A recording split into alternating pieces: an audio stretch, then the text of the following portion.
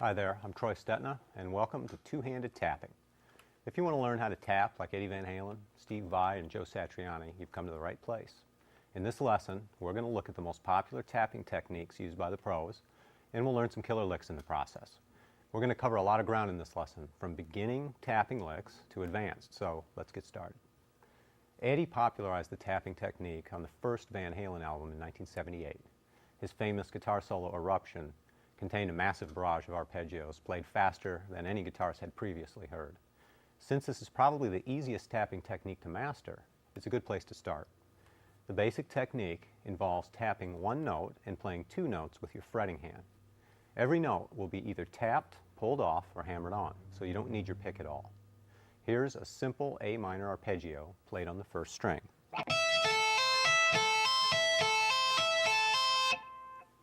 There are a few variations on this technique. Some players tap with their first finger and hold the pick with their mouth, or with the second finger, like that.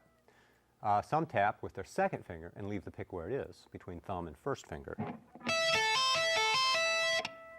Other players drop the pick entirely while they're tapping. Just experiment and see what feels best to you. Whichever method you choose, make sure that you're muting the lower strings with the palm of your right hand so they don't start ringing out, like this. This will keep things nice and clean. Now, this little three-note arpeggio shape can be varied in all kinds of ways to create all kinds of licks. For example, you can alternate the order of the two fretted notes like this.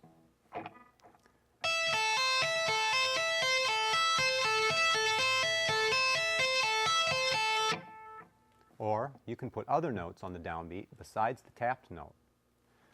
To sound the first note, just do a silent pull-off with your tapping finger, like this.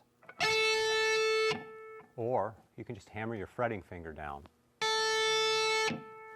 Here are 4 variations with that idea. First, 1, 2, 3, 4. The second, 1, 2, 3, 4. The third, 1, 2, 3, 4. And the fourth, 1, 2, 3, 4. You'll see that with just a little bit of practice, it's easy to play this shape at an impressive speed.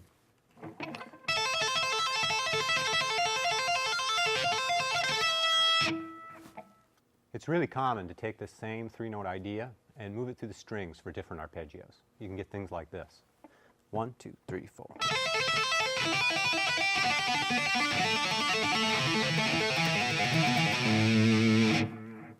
And now a little slower.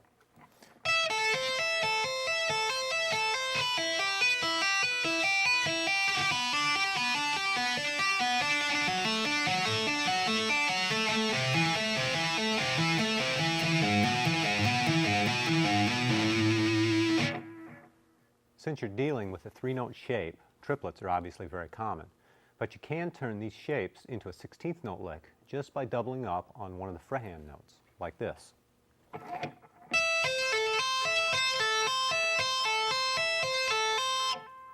Or this.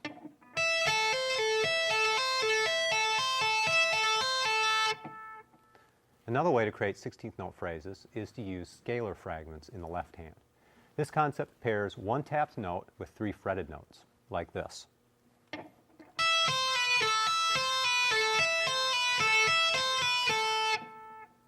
With 3 fretted notes, the number of possible variations expands greatly.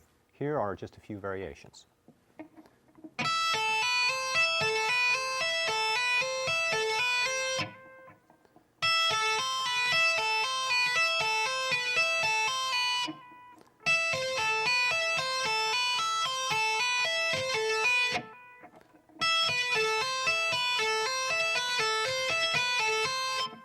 When you put one of the fretted notes on the downbeat, the variations are almost too many to count. Here are just a few. 1, 2, 3, 4.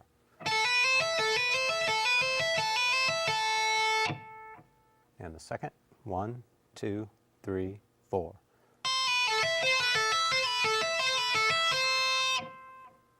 One, two, three, 4.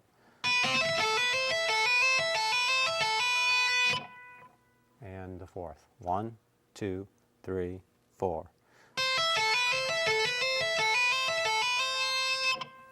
You get the idea. There are a lot of variations. Considering this, you can come up with some very interesting licks. For example, this one in the key of G major. 1, 2, 3, 4.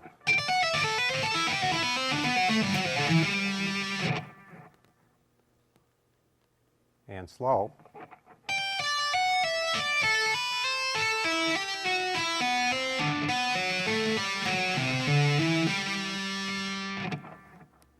Or you could take a 4-note pattern and move it up in sequence along one string.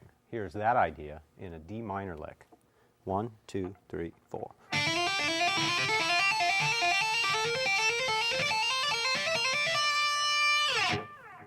And that example played slowly.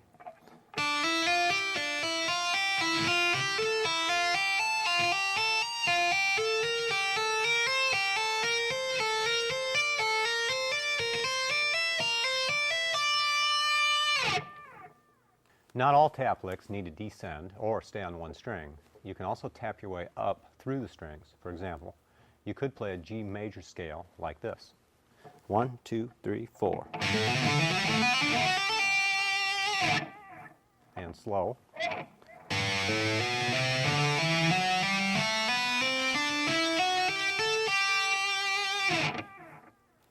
With this type of lick, you have two options for moving on to the next string.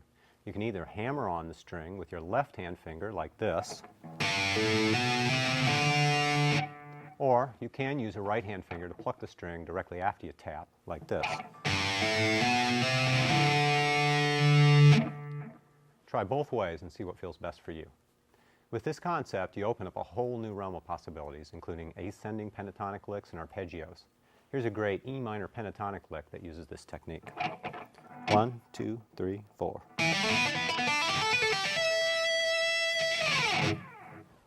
And here it is slow.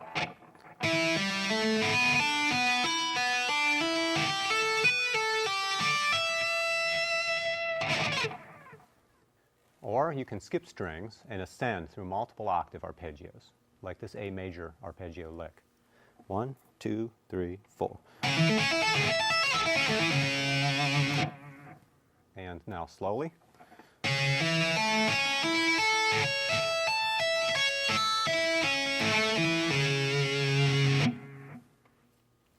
You can also incorporate bends into your tapping licks. This can really sound interesting. Here's the basic concept. Start by bending a normal note with your left hand, then tap a higher fret while the note is still bent, like this. 1, 2, 3, 4. When you consider pre-bends, releases, and the different order of the notes, you get tons of variations on this type of lick. Here are just a few.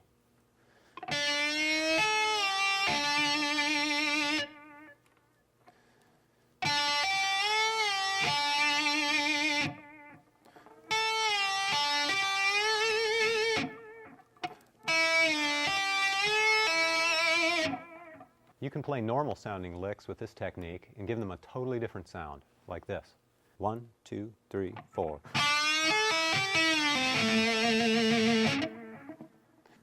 By the way, when you're adding vibrato to a tapped note like this, use your left hand to apply the vibrato, like normal. The tap note just goes along for the ride.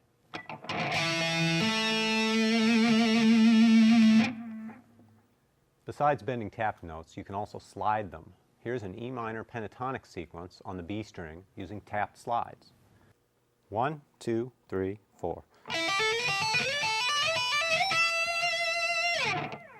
And here's a lick from the E blues scale.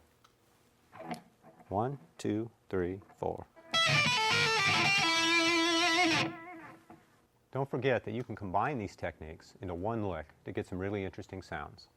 Here's an example combining tapped bends and slides in a B minor pentatonic lick. 1, 2, 3, 4.